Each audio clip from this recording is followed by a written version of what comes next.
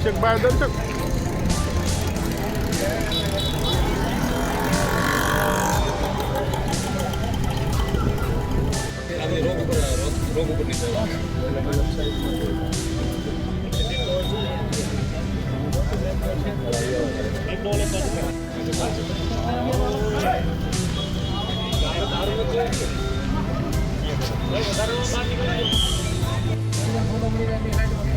હા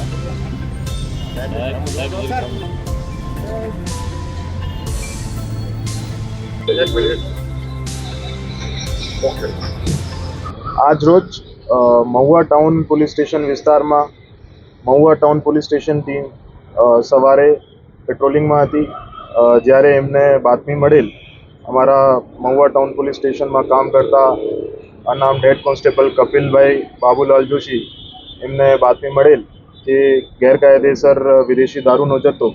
Mahuva town police station વિસ્તારમાં રાખવામાં આવેલ છે, જેની ખરાઈ કરતા અને સર્ચ ઓપરેશન ઓર્ગેનાઇઝ કરવામાં આવ્યો।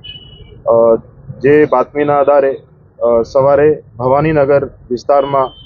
લાલ ખાંભા વિસ્તારમાં આવેલ વિષ્ણુભાઈ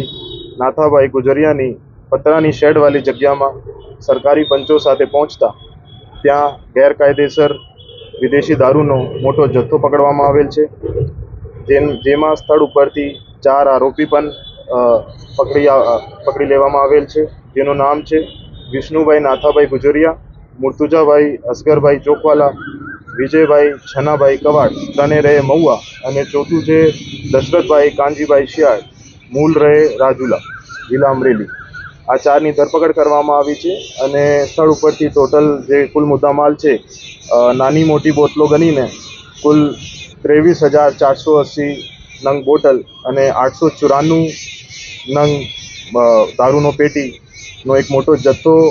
કબજે લેવામાં આવેલ છે, જેની કુલ કિંમત 61,47,828 રૂપિયા છે। આ સિવાય સ્થળ ઉપરથી 12 વાહનો કબજે લેવામાં આવેલ છે, જેમાં એક આઈશર ટ્રક છે, 3 સ્વિફ્ટ ગાડી છે, એક ઇકો ગાડી છે, 2 બોલેરો છે, 2 અશોક લેલેન્ડ દોસ્ત છે અને 3 મોટરસાઇકલ છે, જેની કુલ કિંમત 48,50,000 રૂપિયા છે। આ સિવાય આરોપીઓ પાસેથી 4 મોબાઈલ કબજા લેવામાં આવેલ છે, જેની કિંમત 15,500 રૂપિયા છે। ટોટલ કુલ મુદ્દામાલ જે કબજે લેવામાં આવ્યું છે એની કિંમત 1,10,13,328 રૂપિયા છે અને આ કેસ જે છે Mahuva town police station team દ્વારા સફળ તરીકેથી કરવામાં આવ્યું છે અને હાલ સુધી મહુવા ડિવિઝનનો આ સૌથી મોટો કેસ છે। એવી ગેરકાયદેસર પ્રવૃત્તિઓ જે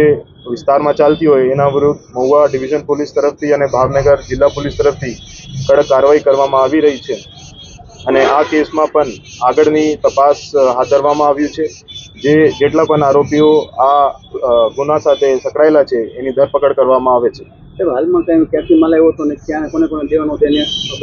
જે માલ છે એ નાની મોટી બોટલો અલગ અલગ જગ્યાની છે, અમુક જે માલ છે પંજાબ બાજુનો છે,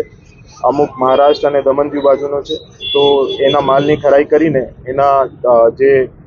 એન્ડ સુધી પહોંચવામાં આવશે।